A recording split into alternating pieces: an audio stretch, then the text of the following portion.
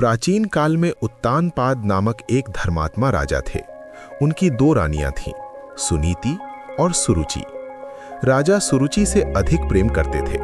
सुरुचि का पुत्र था उत्तम और सुनीति का पुत्र था ध्रुव। एक दिन बालक ध्रुव अपने पिता की गोद में बैठने पहुंचा।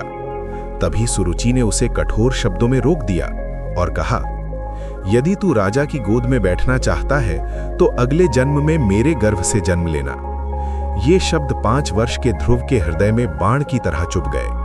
आंसू भरी आंखों से वो अपनी माता सुनीति के पास गया।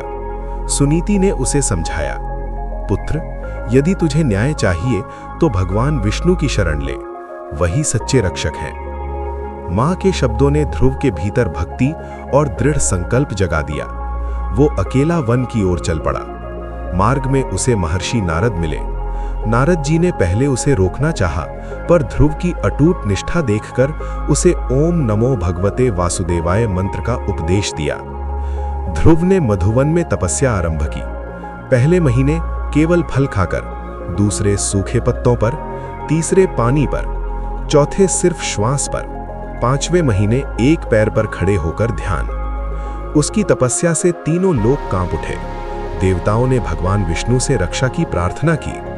अंततः भगवान विष्णु स्वयं प्रकट हुए। बालक ने कुछ कहना चाहा, पर शब्द न निकले। भगवान ने अपने शंख से ध्रुव के मुख का स्पर्श किया और ध्रुव ने दिव्य स्तुति की। भगवान विष्णु बोले, वत्स ध्रुव, तू राज्य मांगने आया था, पर तूने मुझे पा लिया।